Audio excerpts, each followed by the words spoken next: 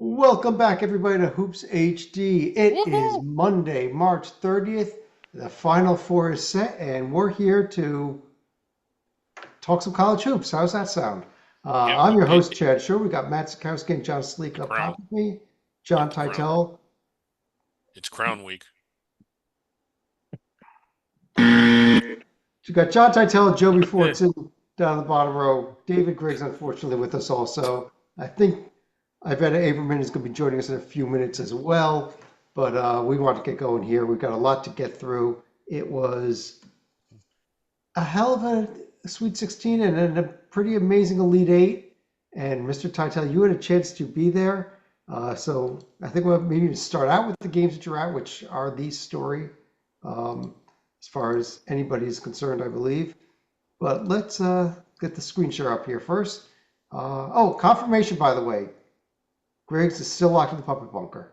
Yeah, but I have completed the next version of Griggs AI, and it's even better 2.0. than the previous Yeah. one. The previous one was pretty good.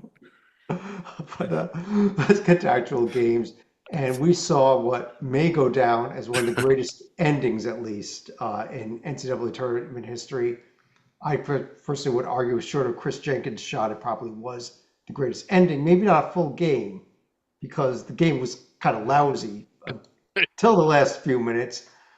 But let's talk East Regional first. Let's go right into it. Mr. Titell, you were there for the shot, the turnover, and the UConn win. Sure, I'll take you through my day. So I got there about 90 minutes before the 5:05 Eastern tip to grab my chicken tenders and French fries with my meal voucher for dinner, and then just walked around to see who was there. I'd been looking for Bill Murray for the whole weekend. I did not see him on Friday. I did see him on Sunday, thank God. He looks very different with the mustache, but He's he's not. Wait, he's not on his way to Boston College because that's where his son's going now. So.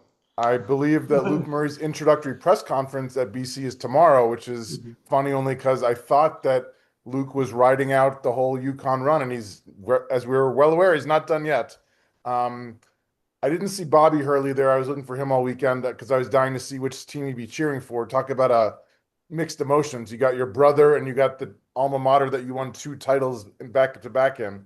The game itself, as you said, it was not a great game in terms of a close competitive game until the very end.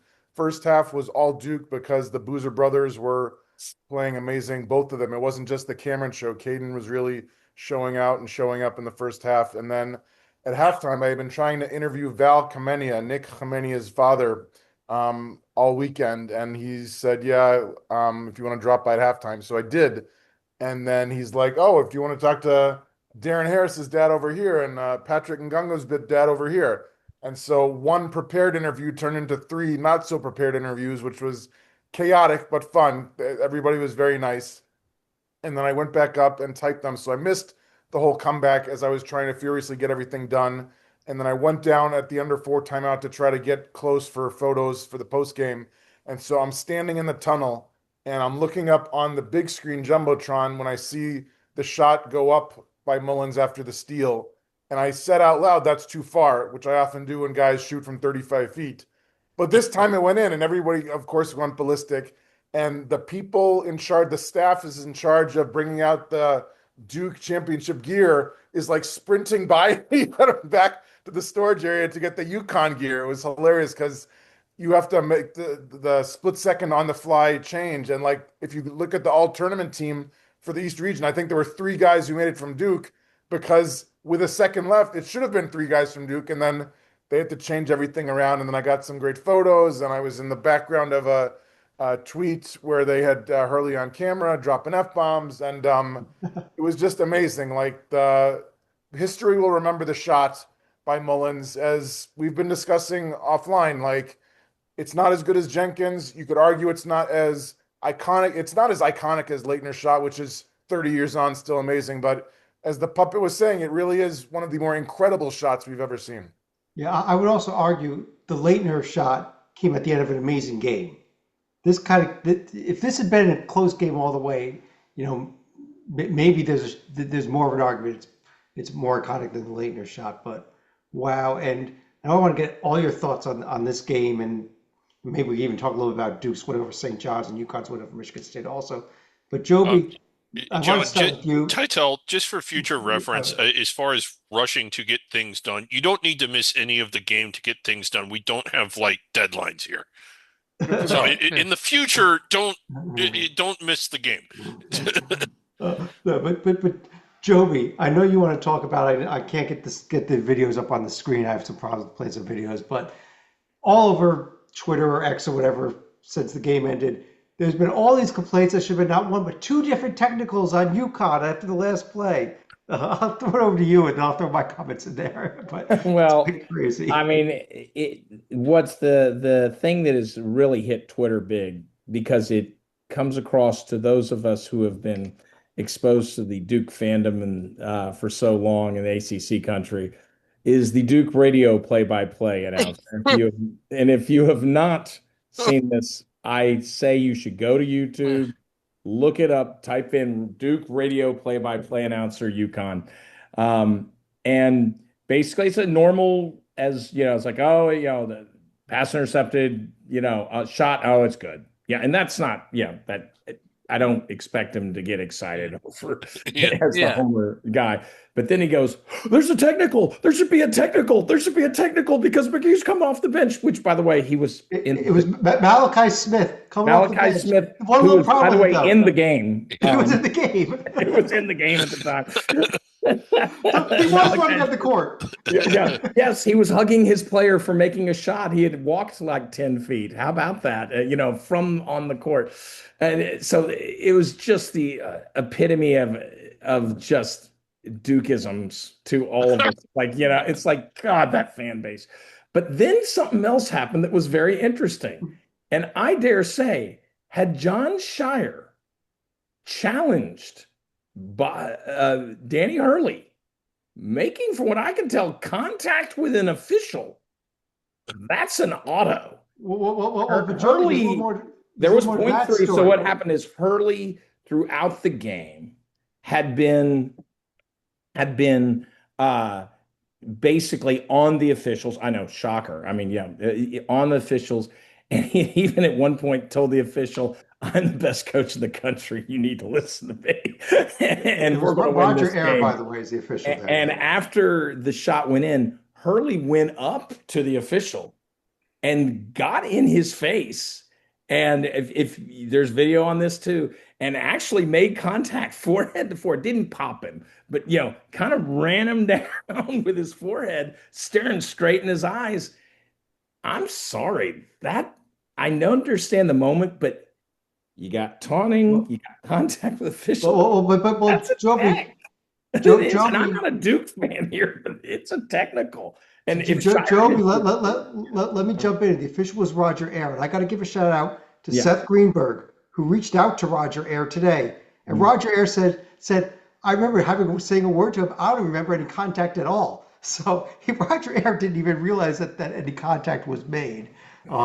And it was a friendly conversation apparently between the two of them. It was not. Yeah. Oh, that was a very friendly conversation. Well, had Ayers assessed the technical, it wouldn't have been friendly. This is per the official, so I think it was a bunch of nothing. Also, quite honestly. Oh, I don't know how much of nothing that is. I mean, because I guess I have my backup whenever someone does the taunting move. Mm-hmm. That was without a doubt a taunting move. That was more taunting than staring at a player who you've dunked on, who's prone on the ground.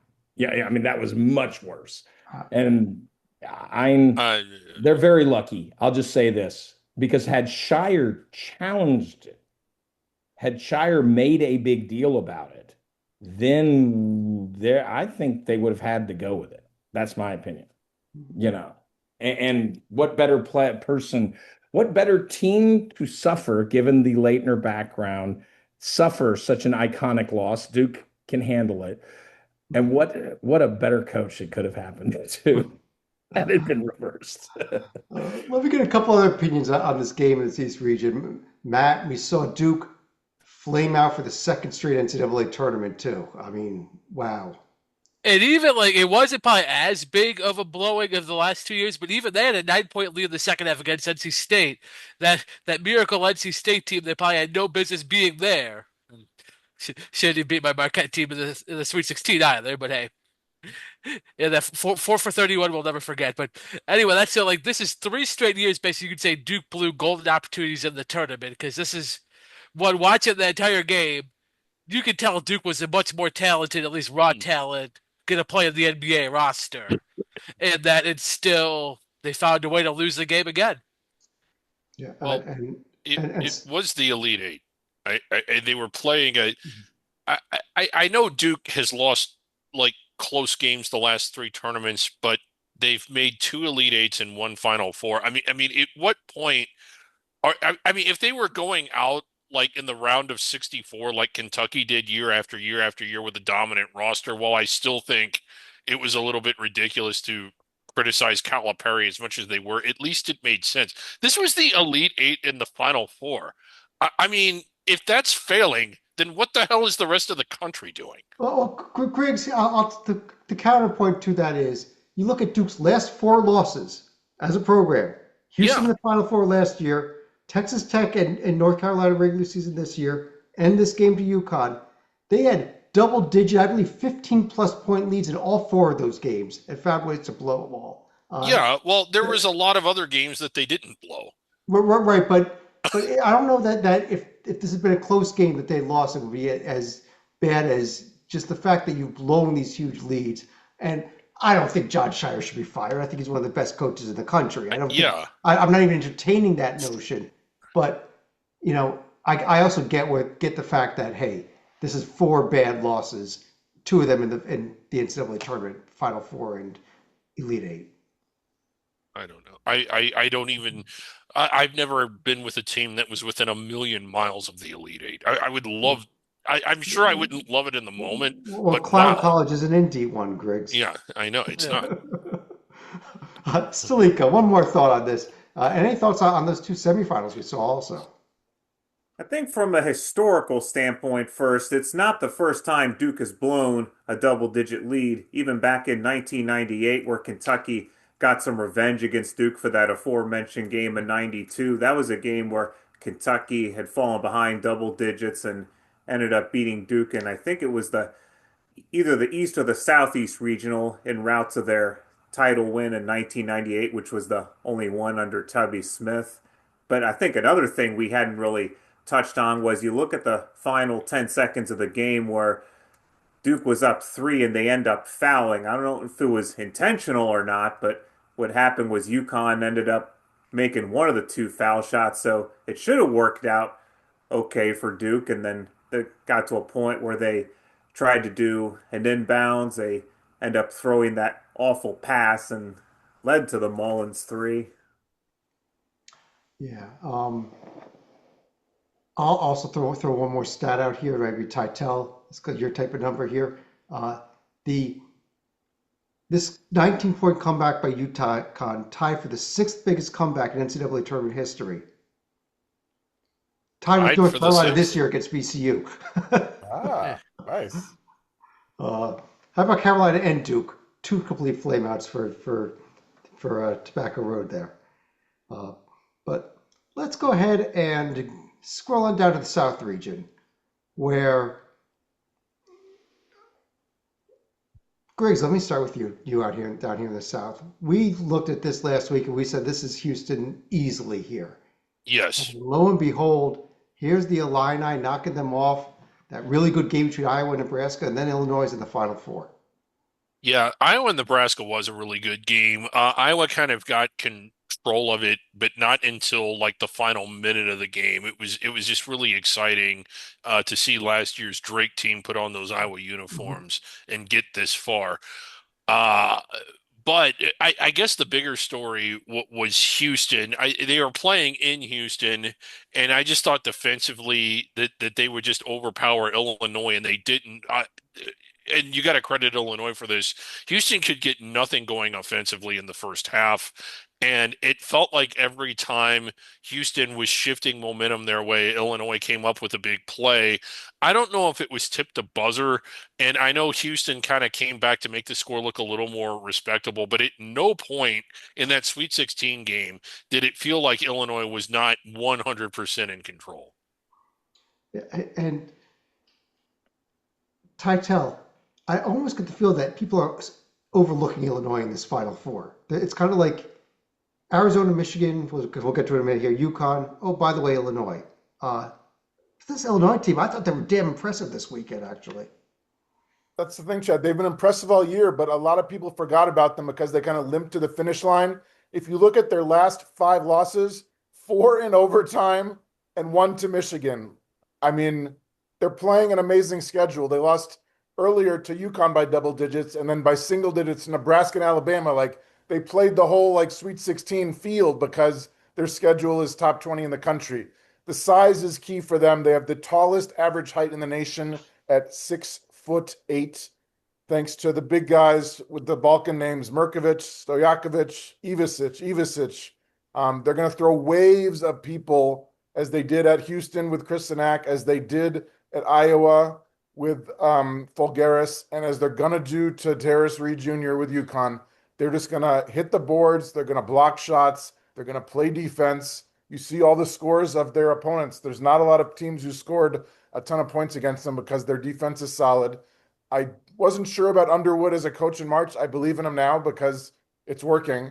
And yes, they are the 4th best team, arguably, but do not count them out because they are absolutely capable of winning 2 more. They had an amazing regional.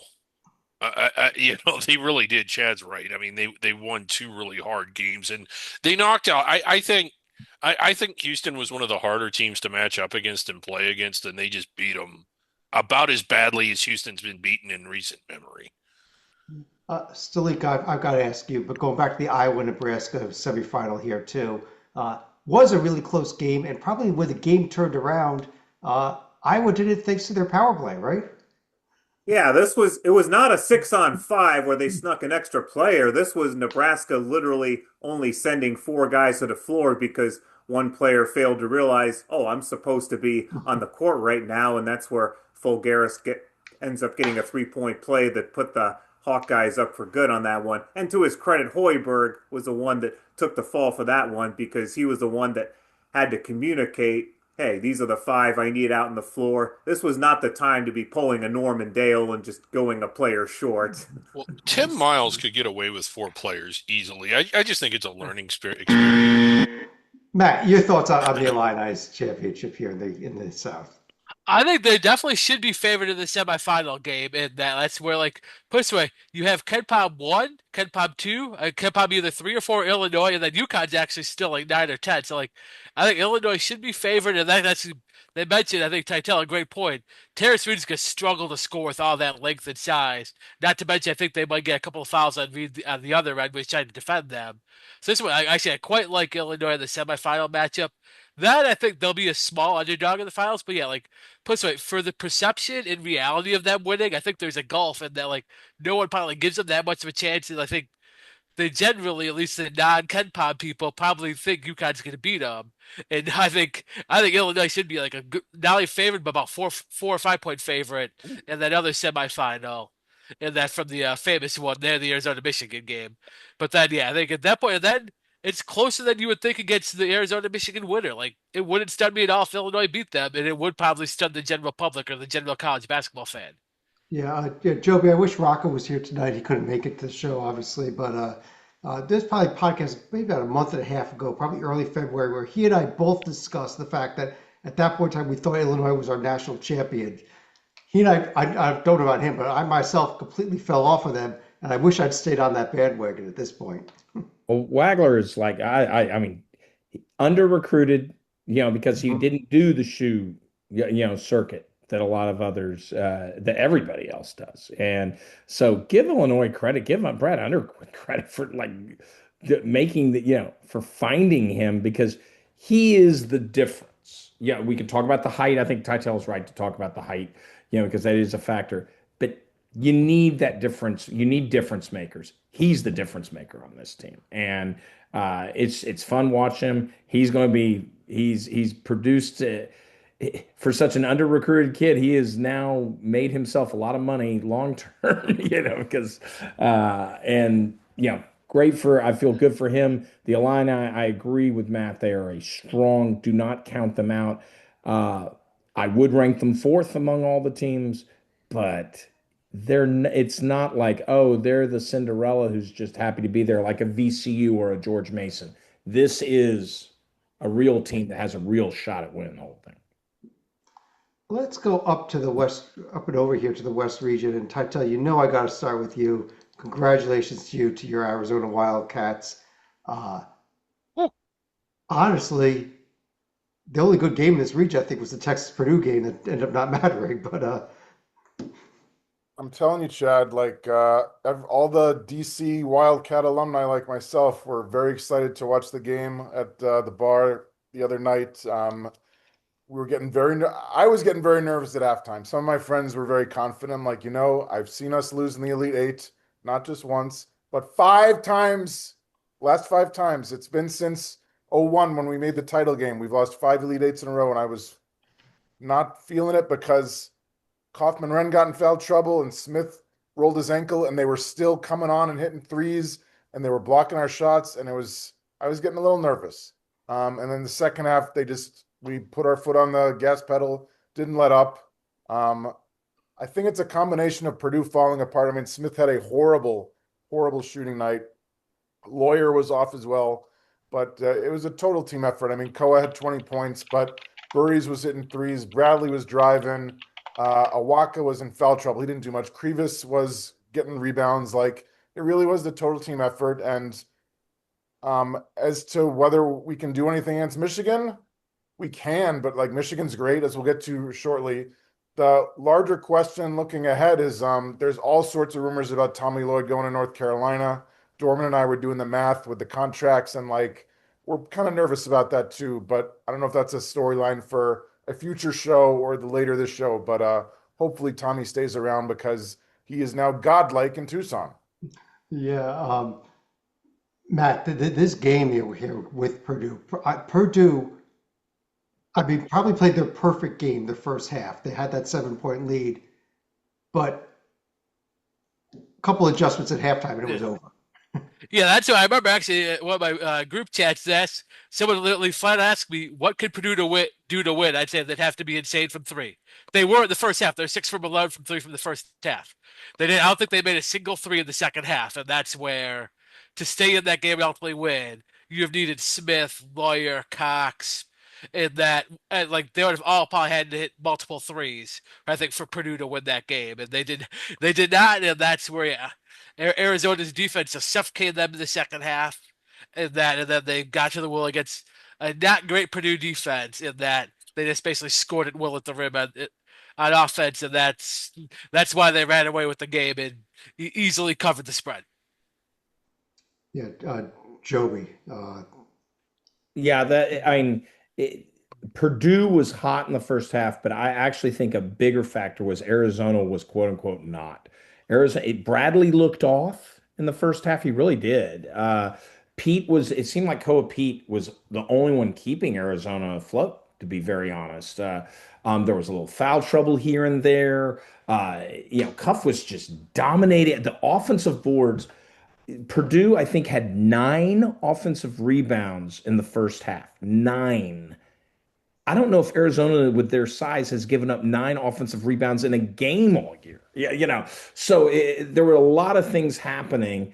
Lloyd got the team, diving for loose balls in the second half. When you play harder, sometimes things work out. And they got back in their groove. And Arizona is, along with Michigan, and I would say Duke, those 3 teams have been the best 3 teams all year. And Arizona showed in the second half why they are part of that group. And when we talk about national champion possibilities, that it's going to be tough to argue against the team we'll talk about in the next bracket. But if anyone can do it, Titel and Dorman's Wildcats are it. Arizona is the best team, and they had the best profile. Been saying they were our number 1 overall seed. You know what doesn't win you games in the NCAA tournament, Griggs? What's that? Your profile. Does absolutely nothing help you win a game. But it helps you get it helps you get a 1 seed. Seeded. Yeah. And they had the best profile, and they had the best team. What does help you win games is being the best team, which Arizona is, as indicated by their best profile. That's a different story. And had they been the number 1 overall, Chad, it'd be setting up possibly for a Michigan-Arizona final Mhm. still, because they would be in opposite sides. Well, let's talk about the last region here, the Midwest. And Salika, let me start with you. Uh, Michigan is in the Final Four, got by Alabama, got by Tennessee, who surprised Iowa State, and Rick Barnes Well, has got now. by Tennessee. That's an interesting way of putting what Uh, they did against Tennessee. They well, got by my, Tennessee. my, my comment was more on the whole story that Rick Barnes could never get to the second weekend. Now he's easily getting to the second weekend, making the Elite Eight every year, and cannot win a game Yeah. any further than that. But The uh, only exception was 2003 when he had TJ Ford on his team and he ends up going to the Final Four, the Yeah. year where they actually did decide to seed all the number ones the following year because everything was arranged so that they would have Kentucky and Arizona, who were 1 and 2 that year, would have met in the Final Four semis. And now you look, Neither got there.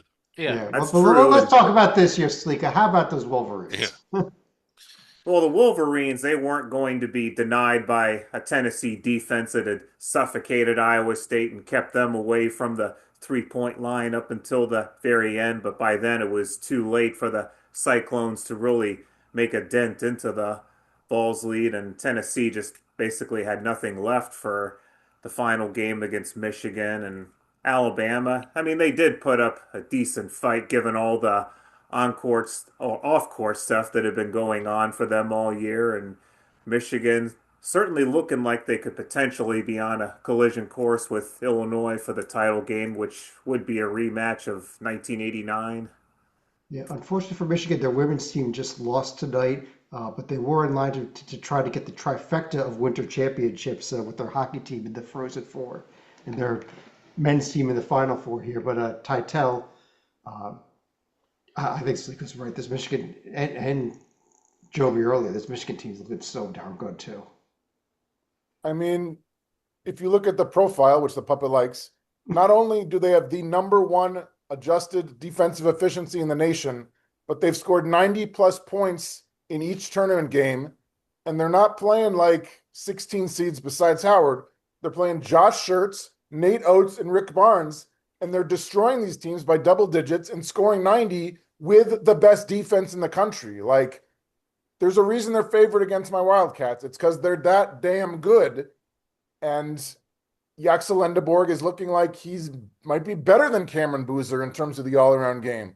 And for all the Big Ten point guards, there's many. There's the all-time career assist leader in Braden Smith, Jeremy Fears Jr., who led the nation in assists per game this year, Bennett Sturts, who almost single-handedly put his team in the Final Four. It's Elliot Cadeau, who's not the best shooter, but he runs the offense to perfection. He does. And Joe, we just go back to the semifinals here.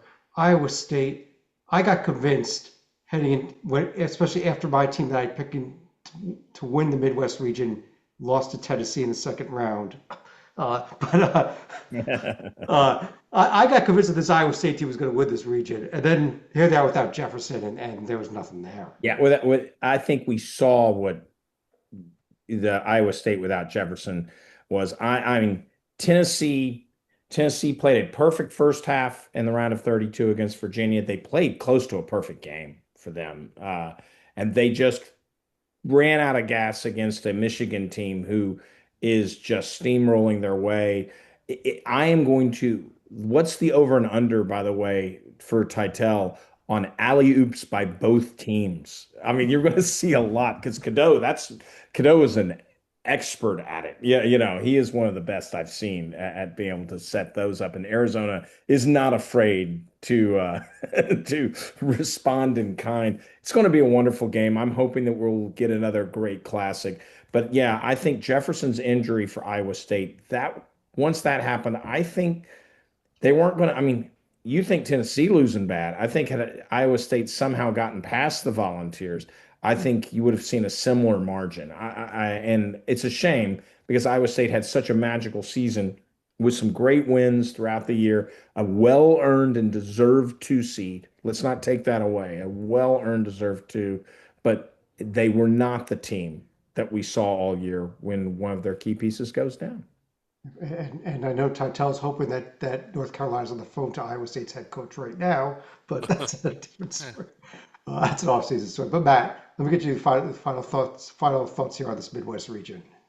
Yeah, that's Michigan absolutely ran through it. I do think with a healthy Jefferson, I actually think Iowa State could have been a difficult matchup for him. The size probably still would have been too overwhelming, but I actually, as well as he's played now, I still think at some point, if and when Michigan loses in the tournament, it will be because Elliot Cano and actually not having LJ Kaysen, who's an excellent backup, and that to where if Cano had got off the rails, you could have had someone to replace him. Then they don't have that now, and that then you have. I think Iowa State's pressure defense could have been an issue, and then Arizona, Jaden Bradley's like a one-man shutdown, especially at the college level, to where I think that might be if Arizona wins, it's because Jaden Bradley shuts them down. Slika, I want to get your final thoughts on the Michigan-Tennessee game. I think you have a little quote for us.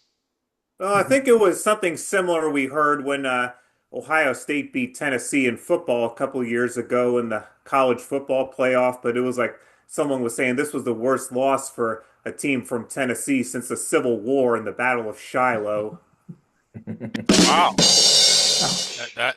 That's pretty rough. That was a bad loss.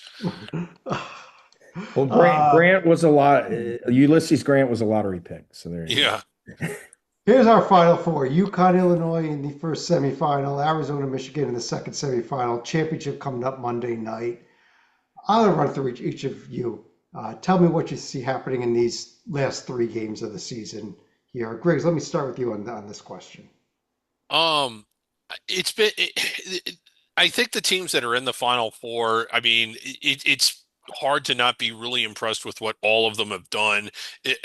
Illinois had a really strong regional, and they're probably the weakest team overall. Connecticut probably had the most, at least, exciting way to get there.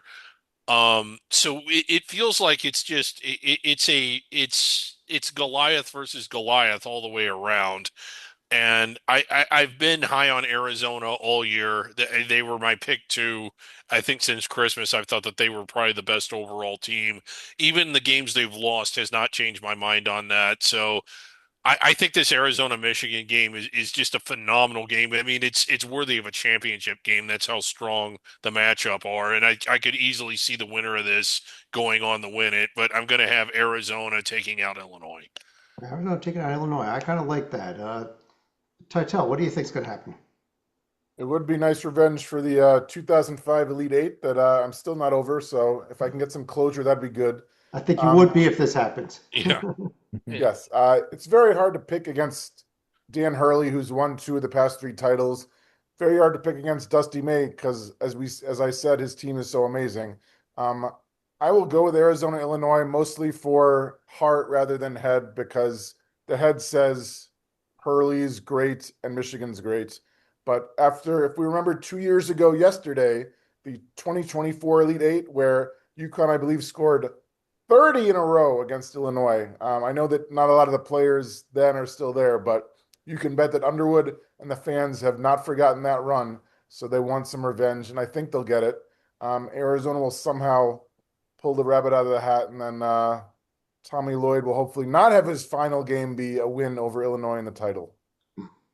Matt, it's been a billion years since the Big Ten team has won the NCAA tournament. We got 2 of them here. Are you going to go with a Big Ten team, or are you going to Arizona too? Nope, I'll make it 1,000,000,001 years then, and I think it's boring, but I think going the same way Arizona and Illinois, and that like the one I actually have more confidence in the Illinois pick, and I think that's a little bit bigger disparity in rosters in there. And I think Illinois wins it. Like I said, it would actually shock me if Illinois wins by double digits. And I think Arizona, Michigan will go down to the wire. And while I'm hoping for a gameplay in the 80s or 90s because of the occasion, I think even though both teams want to go pretty fast, I still think the occasion will keep it to where like 77-75 is Arizona. Well, Joby, what about you? I think I should pick opposite of what I think because I'm picking the same as everybody else. I like Illinois. I've been Arizona, wrong this whole tournament, and I by like the way. Arizona to win it, and that just means we're waiting for a Michigan UConn final. Yes, it does. Yeah, because Salika, you're the last one left. Every single one of us has picked Arizona over Illinois in the championship game. Will you make it unanimous? No, it's very hard for me to go against a program that's 12-1 all time in Final Four play because I think UConn has probably what, six national titles now, and the only time I remember them losing a game in the Final Four was, I want to say, '09 when they lost to North Carolina in the Mhm. semis. Illinois and Underwood, they're going to be new to at least this far, this stage. UConn, they've got not everyone back from their national title game a couple of years ago, but Alex Caravan, certainly one of the guys that can certainly provide some guidance to the younger players. I would have to go with Arizona and UConn to ultimately meet in the championship game. And the winner being, The winner being. Same one I picked in my bracket, the Arizona Wildcats.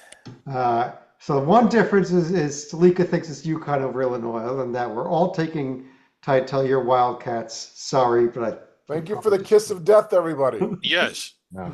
I mean, boy, have we screwed over Titel. Let's take a quick look at a couple other things that are going on. The NIT is still going on, Griggs. It's coming back here on I guess it's Thursday night with the semifinals: Auburn, Illinois State, and New Mexico, Tulsa. Playing the games in Indy, and they're gonna have the championship game the Sunday in between these Final Four and the national championship. Yeah, Illinois State really on fire. I mean, they had a really good regular season, but they've really looked good in this tournament. Big, sort of decisive win against the Dayton team that had been playing really well. Auburn, I don't think that this is redemption at all for not getting selected. I don't think that this indicates they should have been, but having a really good postseason tournament. Okay. Who do you think wins it now? You think Illinois State wins it then? No, but that's who I'm going to pick anyway because I've had so much fun watching them. Okay, yeah, that's it. It's actually an interesting day on Sunday. Not only are they Yeah, it going to, is. in India, are they going to have this championship game, but before they'll have both the D2 and the D3 championship games all in Indy on Hmm. Sunday. So should be a fun day if you're there. Uh, CBC finally getting underway, and Joby, I know you're looking forward to this. Oh, the crown. Oh, what a lovely, lovely game. Set of games. And Chad, aren't you're the one who should be on Yeah. pins and needles. Uh, My goodness, what a well-earned. there are two of us on this podcast whose schools are still playing. What the what a well-earned bid by the Scarlet Knights. I guess I guess it's they are taking a cue. They're just merely taking a cue from the AC8. It's just they had a different Stallings Award winner. So that's all. Well, didn't Nebraska win this event last year? They did. And what did they do this year? You know? They did Flamed not. out They in the yeah. second round. Right. We had their best season of all time. Yeah. And they also played only four guys in the Sweet 16 game in the closing Yeah. minute. Yeah. Obviously, the winner of this is who cares the most, and so Rutgers has as good a shot as any. Maybe they care more than anybody else. But as far as capabilities, I really like the Sooners here. If everybody brings their A game, I think the Sooners are the best team of the bunch. Stanford has a very high ceiling, but I think their floor will show up in the series of 3 games. So one other tournament here. The women's tournament is going on. And this is a screenshot of their bracket. Let me kind of scroll all the way up here. It's Wah. well, I wanted to throw this out here. Tytel, let me ask you a question. Let me do a quick moment here. UConn, 1 seed in the Final Four after winning 90-52, 98-45, 63-42, 70-52. UCLA in the Final Four. Again, 4 complete blowout wins. Down here in the bottom, Texas in the Final Four after 4 blowout wins. South Carolina, 3 blowout wins. They're playing TCU as we record this. All 4 1 seeds crushing it through this tournament. Is that how bad it is in the women's game that there's just complete lack of any parity, or is it just what's going on here? Because it's been an ugly tournament. There's no close games here. There's a couple, but not a lot.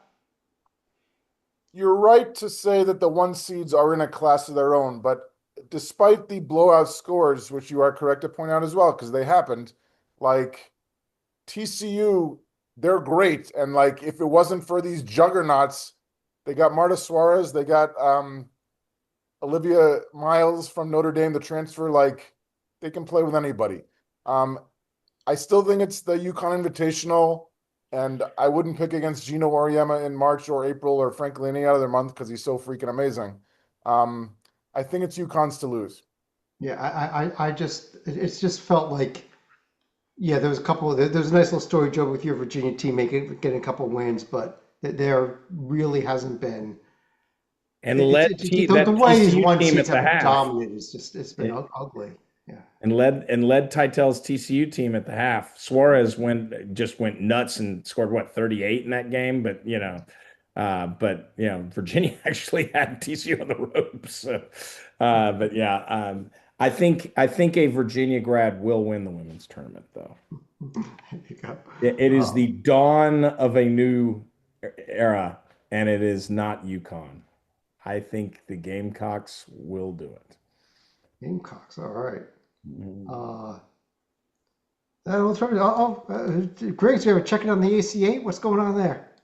Well, we've had some problems with the floor, and some of the teams just showed up. One was, I mean, I wasn't there. I was locked in the bunker, but he was yelling very loudly. And I get the impression that some of the teams that we reached out to congratulate on their inclusion have not made the trip. And those that have made the trip are a little bit perturbed. Yeah, we're gonna have to figure out whether or not we can get these games in or not. We've only got about a week left here. It's Yeah. been a I little want to rough. know what the mode of transportation was. Was it the airplane from Major League? That, Wait, transportation. yeah. No, I We're mean supposed to that's the rate floor. that. Like this is the glass uh floor. It's similar to what the Big 12 did. Let's get this down here. Let's run through everybody for any other final thought, Jen, on anything you've seen in this tournament, in the other tournaments, and anything you want to discuss here. Matt, let me start with you. The one thing, along with the favorites mostly winning, and that one theme I think you can see this tournament it might be going forward is injuries, to where it's not quite the NFL level. Whoever the healthiest good team is wins, but now you're seeing so many injuries because I think these kids just play too many games and specialize in basketball instead of playing all kinds of other sports to maybe like alleviate injuries and just probably play too much in general. So I think that might be a theme going forward to where if Duke had been fully healthy, maybe they're right there with us in that and we could have had three big teams. But yeah, it's basically Arizona stayed fully healthy. Michigan only lost a backup, and that Illinois is fully healthy. UConn's pretty much fully healthy, and that's why they're in the Final Four. All right, Stalika. Well, in week two of the coaching carousel, looks like the big chip that fell was Will Wade headed from NC State out to LSU. And on a related note, when did it become part of the job description of the governor of Louisiana to be involved in head coaching hires, whether it's their football program or their basketball program? But as we saw at NC State, they did move quickly and hired Justin Gainey, who was a member of Sendek's early teams at NC State. You, And then you say it's also you say it's week two. There's some rumblings that this was locked up about a month ago, also, Uh, which is about a not month good. ago, but we haven't even had the big Mhm. chip fall because North Carolina's probably waiting for the tournament to be done before they make their decision. And you also look at other hires like Chris Mack, who moved from Charleston to South Florida, and John Gross actually moved, I think I heard today, going from Akron to Charleston to Yes, he fill did. that blank. Yeah. And then I think St. Bonaventure is also going to wade into the Division Two pool, and they hired Mike McDonald, who had ties to the school and was also Damon's head coach, who was in the NCAA Division Two Elite Eight, and I think they ended up making it to the Final Four before losing out. So we'll see how this current wave of hires does. All right, Titel. If you ever have a chance to go to the NCAA tournament, I can't recommend it enough. I know not every game is going to be the Braylon Mullen shot of the century, but it was just so great. I mean, I'm walking around, I'm this little blogger that nobody's ever heard of, and like Iron Eagle is saying hello in the hallway, and Tom Crean's over here, and Stanford Steve's holding the curtain open for me. Like everybody was very friendly and like the basketball was top notch. My friends Barry and Sherry went. He went to Duke Law. She was born in Connecticut as the family divided. And I told her after the game, like, I hope your teenage son has kids so that one day you can tell your grandkids that you were at this game because it was so amazing. On a personal note, bear down. I certainly hope my team wins, but I'm telling you, Chad, like after 25 years of always missing the Final Four, it's just nice to be there again. Anyway, Joby, before I get to you, we told you at the start of the show that you'd be on. Just jumping in here under the wire. I bet Averman jumping on here, and I bet thanks. Great to see you. And maybe you want to tell us a little bit about what you saw, because I know you were in Chicago for the games this week, I believe, correct? Yeah, hi everybody. It was great. Can you hear me okay? Yeah. Okay, perfect.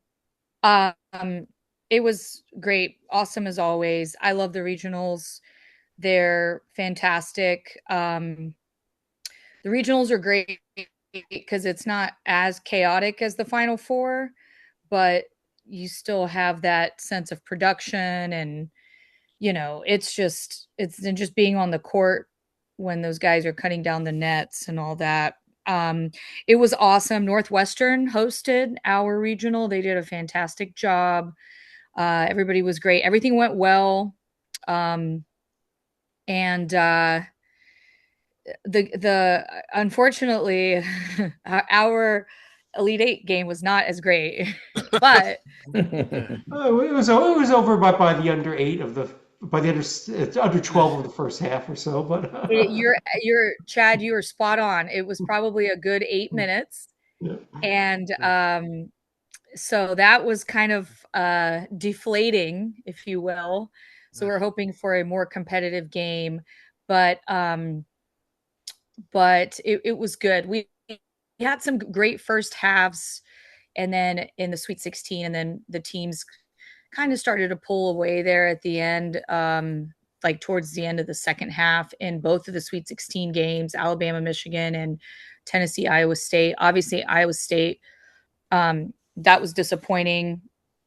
So, we definitely thought that would be just a fantastic game that would come down to the wire, but they just kind of had the winds knocked out of their sails. Like it was just weird. Like they had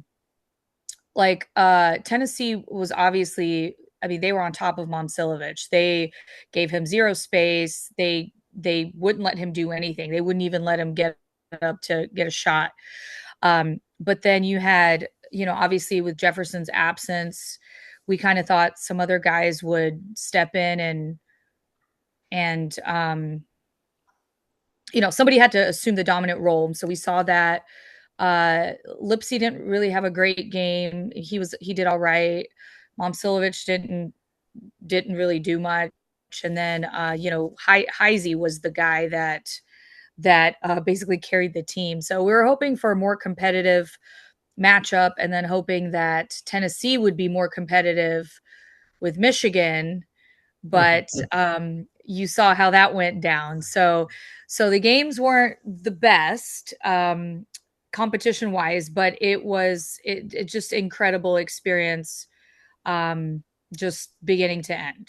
Well, I got you. I've got one more question for you. Do you have a prediction for what we're going to see this weekend? You weren't with us earlier, but we almost unanimously thought it was going to be Arizona, and almost unanimously think it's going to be Arizona winning it. And almost all of us picked them to beat Illinois in the final. So I hope maybe you go a different direction. Ooh, okay. I definitely like Illinois. Yes. And you like, but you don't like them as much as Arizona, right? No. So I think whoever wins Arizona, Michigan is going to win the title. Like I feel pretty good about that. It's interesting because Illinois is going to have a bunch of people there because they're right down the road. So they're going to have a bunch of fans, and Michigan's going to have a bunch of fans. Those Michigan fans were like, I mean, they took over Chicago. So I am not convinced. I think Arizona, that game's kind of a toss up for me. I think Michigan could actually win it. Oh, I do. So I think whoever wins that game, whether it's Arizona or Michigan, I mean, Michigan is just, they have very few flaws. It's just hard to, like Tennessee, right? Tennessee is all about offensive rebounding, right? That's their thing, right? That's their signature thing that they're known for.